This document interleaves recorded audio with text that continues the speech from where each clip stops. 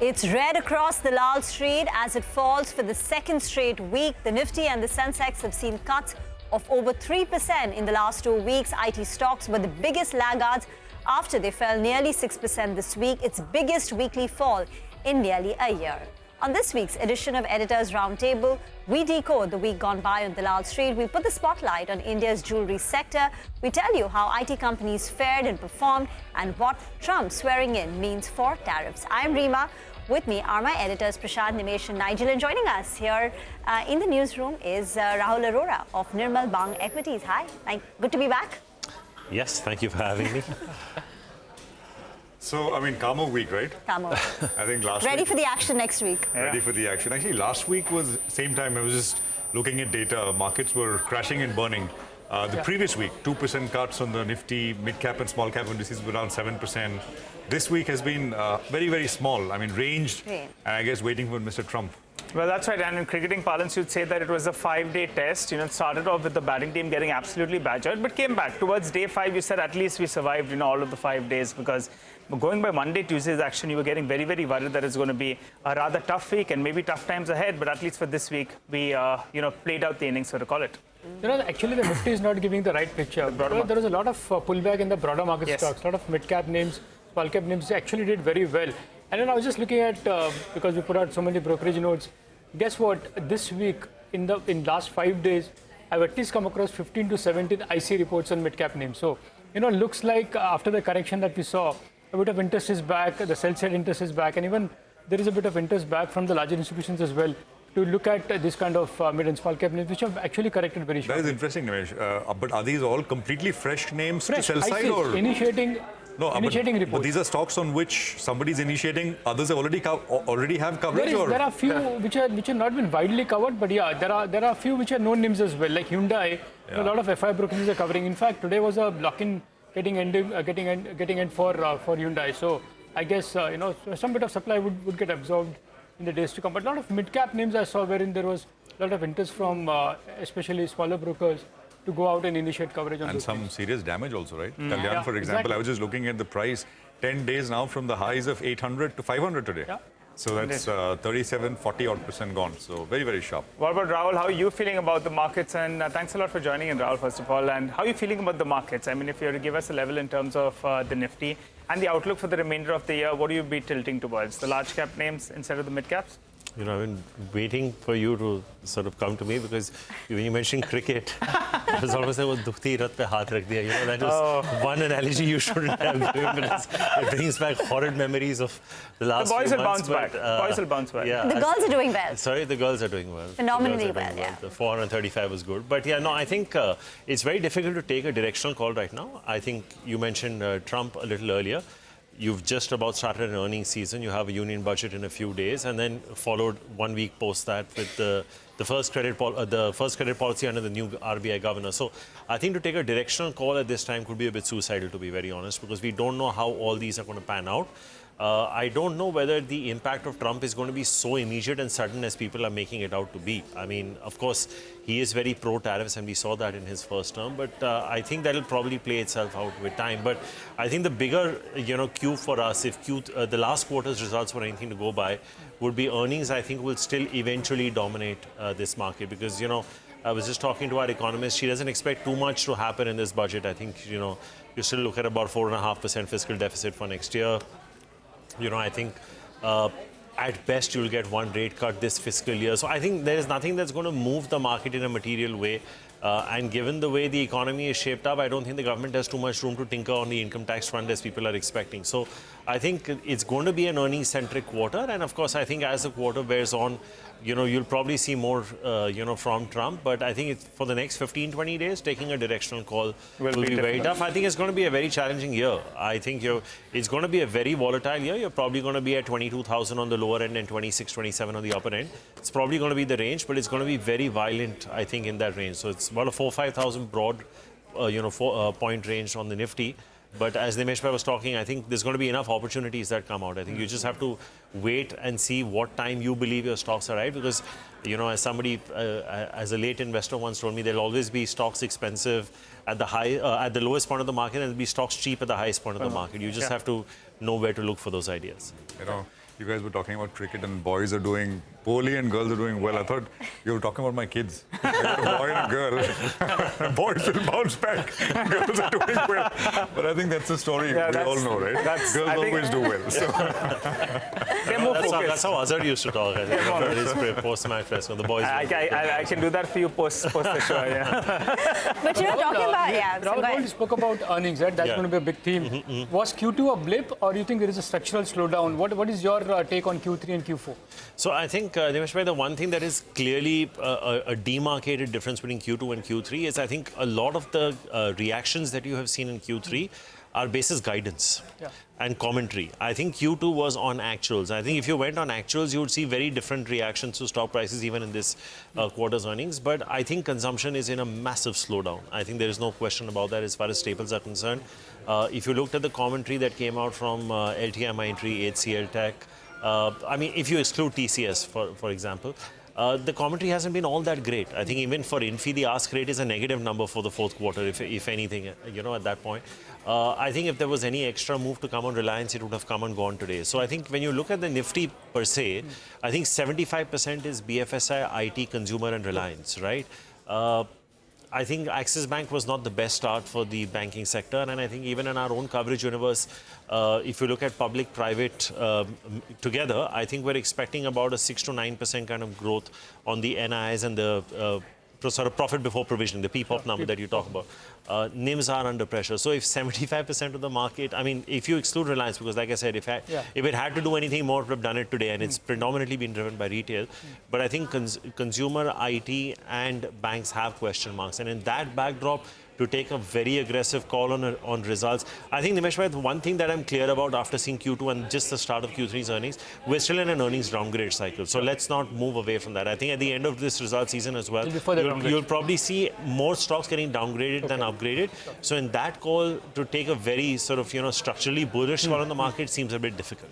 In fact, let's talk about IT and then come in a little more detail. So what we've seen so far since the beginning of the earnings season, that's including TCS's numbers, and TCS reacted positively, and then you had violent downward moves in HCL Tech and Infosys. The Nifty IT index has slipped nearly 2.5% since the earnings began. Now, Q3 numbers were largely in line with expectations. There was a little bit of a pickup in growth. So if you pull up the year-on-year growth rates for the mid-cap, for the large-cap IT companies, we're looking at a mid-single-digit kind of a revenue growth. Infi at 6, TCS at 4.5, HCL Tech at 4.1%. But this is better than Q3 of last year. So there is a recovery taking place. But the question that even Rahul was talking about is that these are companies which are seeing a mid to high single-digit revenue growth.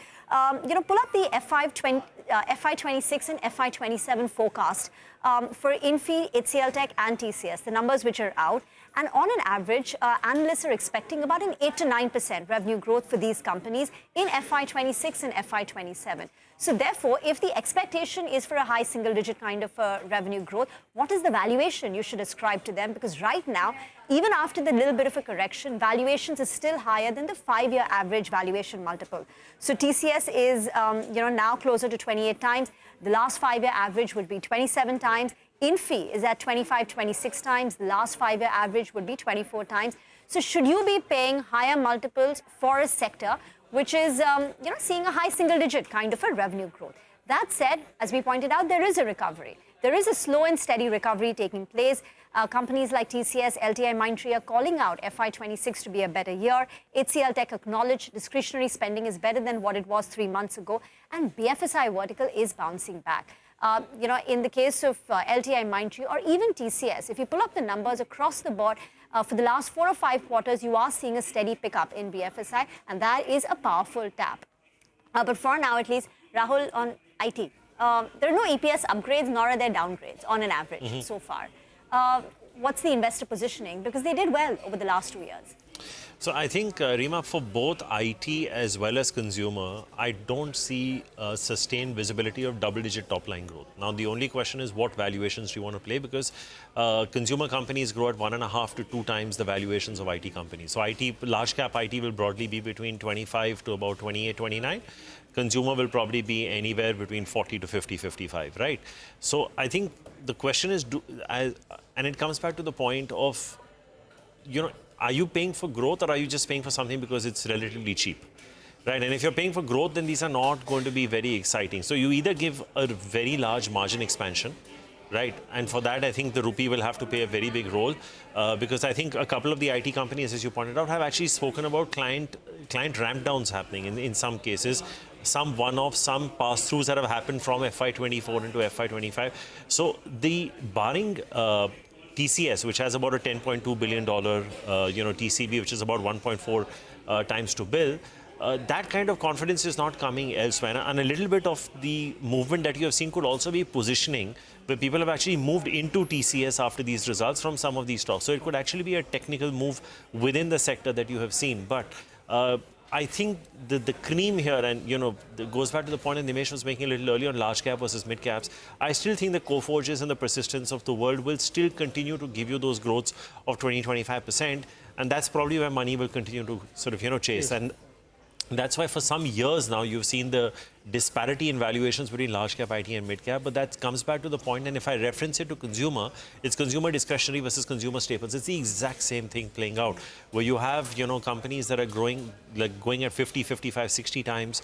I mean, let's take a look at United Spirits pre this report that came out of the US that was linking drinking to cancer, and then the change in CEO. It was at 1,700 rupees. It wasn't a cheap stock. It was a great stock. But then again, if you compare it to staples, there is a 25-30% valuation gap. So I think it's best to probably stay with TCS basis all that we have seen. And if you were to take a call on mid caps, I think probably Persistent and Coforge, LTI, Mindtree could sort of be places to hide. But apart from that, I wouldn't venture into being a sort of, on basis what we've heard, it wouldn't be like a 200-300 basis point overweight sector for me for sure at this point. Usually usually the IT names are like 10% trading moves, right? Through the quarter. I mean, it's been that way for the last 2 years. I mean, results day and maybe something slow through the rest of the quarter. But I mean, generally just a trading kind of thing. The other thing is with what's happening in the US next week and BFSI being, I think all the bank earnings have come and they've all been pretty good. And I don't know, I mean, at least they could trade up on sentiment if, there are measures announced which really juice up the US economy. And that could be one sector people latch on to, you think? No, for sure. I think, see, Prashant, the TCV has to get converted to revenue. That's the only thing. So on sentiment, I mean... Yeah, so I think on sentiment, we could even argue on rupee, right? Correct. Effectively, because I was just speaking to my economist and I was asking her, what can the rupee potentially go to next year? She said 88, 89. So, I mean, on sentiment, yes, but then it comes back to the point that you made about trading. Now, see, the other thing, Prashant, is these are all, Reema can correct me if I'm wrong, but I think these are all like around 35% kind of ROE, ROCE companies. So they're not like, consumer companies that are giving you 75, 80 or even 100%. Lever was at 100% before it made the acquisition and adjusted for goodwill came down. But I think that is also the play that you have. This is such a large differential. I mean, both are very cash-rich sectors. Yeah. Both, they will go in for, from time to time, they'll go in for buybacks or they'll, give you extra dividend and so on and so forth. But the core question is, as a shareholder, you want to go in and buy a piece of the business. Is that really growing? If you're just playing it for the ancillaries, it will continue to be just a trade. I mean, optically, lever at 2,300 or 2,400 is a great stock to buy. It was at 3,000, but do I necessarily need to buy it? Yeah. On the hope of a rain coming, or on the hope of rural, or on the hope of Manrega. So these are all, I think, that there is peripheral noise. But I think if you actually get into a situation where, say, a TCS or an Infi or a lever or, some of the other consumer stable companies come and say, okay, we're growing at 12-13%. You'd be surprised these stocks could potentially even double from here. I don't think valuations, especially in IT, are that demanding. Actually, IT and AI, etc. I don't know if you saw Goldman CEO essentially saying that 90%, and this ties in with your investment banking also, is that 90% of a company's prospectus when they come to the IPO can be done now with AI. I mean, that's the Goldman CEO. So I mean, we're talking about very large disruption coming. We started using it in our research reports.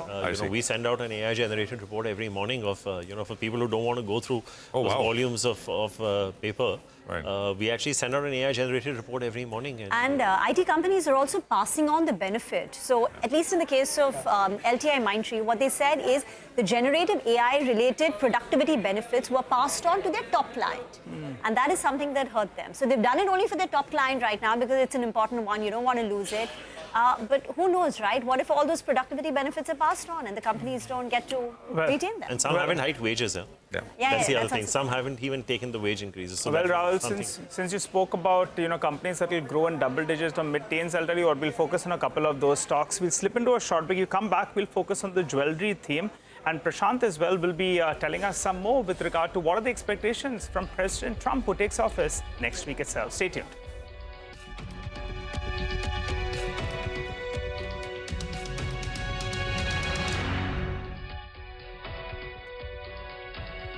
Welcome back. You're watching Editor's Roundtable, and it's now time to put the spotlight on the jewelry stocks. This is the week, at least for the last few weeks, Kalyan Jewellers has seen a very sharp drop. So in this backdrop, one wonders whether Titan is the only game in town. Well, before we get to the jewelry space, I think for many times we have seen in the markets, you're searching for the next big HDFC bank. At times, IndusInd Bank's valuation went towards that, and then again it moved away. In the past, we've seen Kitex Garments. That one ran up. Valuations got very, very hefty, and then it cooled off again. And the other one, the recent example, is Titan as well as Kalyan, which gives you that question whether form is temporary, but class is permanent. Let me explain it in further detail. And that's where we focus on the jewelry theme itself, because it appears, at least as of now, that in the jewelry theme, maybe Titan is all that glitters, and that could be the reason why it trades at these sort of multiples. But let's pull up that piece first with regard to valuations. You have Kalyan, that in fact, the valuation moved up, and at one point of time on a valuation basis, well, it was more expensive even than Titan. And from there, it's come back down post this recent correction. But that's the kind of run-up that we saw on the stock price, and that's why it made it rather expensive. And in the past, you've seen various companies. They promised they're going to be the next big theme, whether it was PC Jewelers, Gitanjali Gems, you had Tara Jewels, all of them, they glittered for a little bit, but they deceived ultimately. And that's why Titan, it seems, gets that sort of a multiple.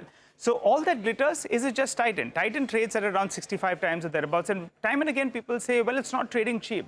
But does it deserve that sort of a multiple? A few factors at play. One, Titan, it appears it's acquainted with trust. Whether it's a shareholder, whether it's with regard to the customer, you normally associate Titan with the high pedigree, the good management out there. Next up, you want to be in a sector which has a tailwind. And the jewelry sector, it seems it has that sort of a tailwind because it's at around a 5 lakh crore in terms of a total market size.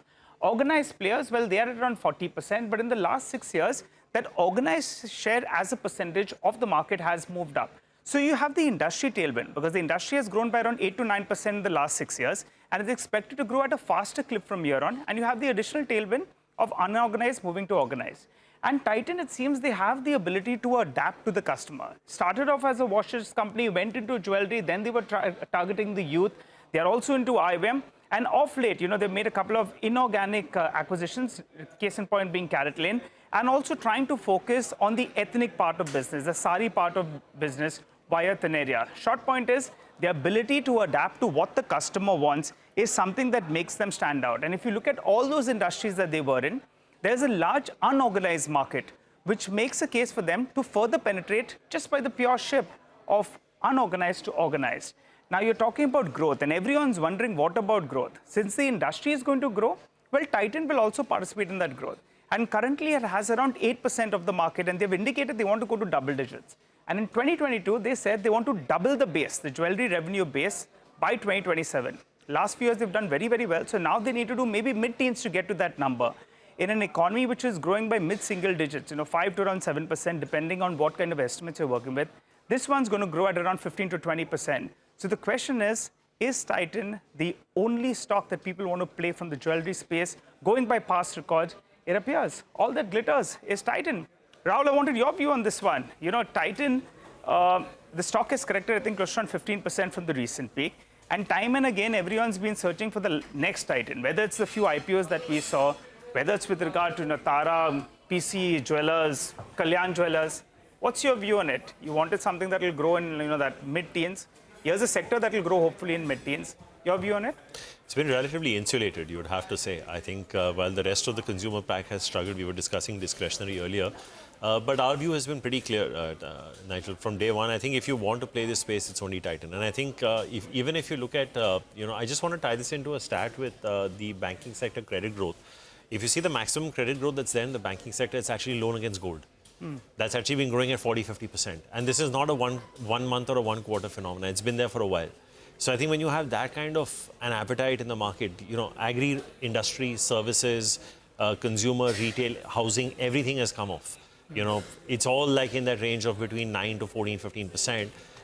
But you have in some months where, if you look at the sectoral deployment of credit, loan against gold is going up by almost 40-50%. And as you rightly pointed out, it's a very famous phrase from a movie. Sometimes it's easier to get to the top than actually stay at the top. And I think over a period of time, what happens, I think initially, Nigel, is when in a sector where you have only one player, when a few others emerge, people are ready to give it the benefit of doubt to just, diversify. We saw that, when Jubilant and Westlife were the only listed players, and you had Devyani's and Sapphires and the others coming along, and so on and so forth in the EMS space.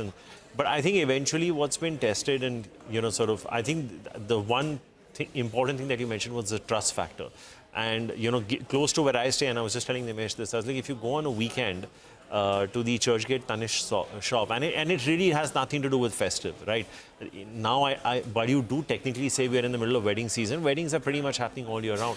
It has a couple of competitor shops around, some of the names that you brought up, and it'll just tell you where people are flocking. I mean, just if you go on the street and see. So I think right now demand is insular. I think Titan was asked on its con call a couple of quarters back, दुनिया इधर की उधर हो गई है, आपके demand पे impact क्यों नहीं आ रहा है? इज लाइक जो 1.5-2 लाख की ज्वेलरी खरीद रहा है उसको इतनी इम्पैक्ट नहीं मिल रही, नहीं दिख रहा अभी तक. So that goes, feeds into that entire consumer discretionary. And why venture out when you have a proven track record? At some point it'll peter off when consumer discretionary as a space peters off. But I think the fascination with gold in India is still a very real thing, and I gave you banking data to support it. So if you have to be invested in one stock in this sector, it should be Titan. On a lighter note, I hope that watch that you showed is being given. If you've had a good year, that comes to you as a bonus. But that's a very, very smart watch you showed on your graphic there. We live in hope. But also, thankfully, no lab-grown gold yet. No diamonds, but no gold. Okay, but let's get to the big event, right? That's on Monday. Donald Trump is all set to be sworn in as the 47th President of the United States. What does this mean, right? We've been talking about tariffs now for the last few months. As Elon Musk tweeted, success we don't know, entertainment is guaranteed, right? Let me actually go across to the wall and just put out some points here, which will give you a sense of what are we looking at. So I'll start with what has he said during campaigning, during the period of campaigning. I mean, just the basics. He said, well, he'll impose tariffs on all imports ranging between 10 and 20%. He said on China, import tariffs could be between 10 to 60%, and he also then sort of lately said 25% tariffs on Canada and Mexico on day one. This is what he said. So there are two things, the scale of the tariffs and how the tariffs will be actually implemented. I've just sort of divided this into four parts. One is we see a repeat of 2017. And what was 2017? US negotiated but did not act aggressively. Actually, the effective tariff rate in 2017-18 period only went up 18%. This is during Trump 1.0. What happened during this period? The renminbi depreciated 14% versus the US dollar. The dollar index was up 11% in this particular period. I think a repeat of 2017 is unlikely because, he's obviously promised much more. He has the experience of his previous term. And his base wants it. I mean, he's swept the polls, and I think 2017, expecting a 2017 perhaps is a low probability chance. We'll see something bigger. The number two is sort of probability is gradual implementation of tariffs. Here, naturally, I mean, if you sort of, go back and forth, it gives you more leverage in negotiations versus sort of putting the full size of the tariffs on day one, optionality to increase or decrease the rate of hikes as one goes on. But how will markets react? There is a clue, because on the 13th of January, there were headlines that in news reports, which were later denied. But these are like, balloons, trial balloons floated, maybe, I don't know. But how did markets react to that headline? The headline was that Trump's team was studying monthly small tariff hikes of between 2 and 5%. The dollar sold off very, very sharply, very, very quickly. So if this happens, which is a gradual monthly increase or whatever, probably we see the dollar coming off sharply. Number three is targeted industry tariffs. So, tariffs on Canadian autos, lumber, Chinese machinery, electronics, etc., etc. this perhaps is the most complicated of the lot because, I mean, you know, markets will have to go to every isolated tariff on this product or that industry, and it's going to be harder to kind of decipher. Also, lots of speculation around who could be next, retaliation, etc., etc.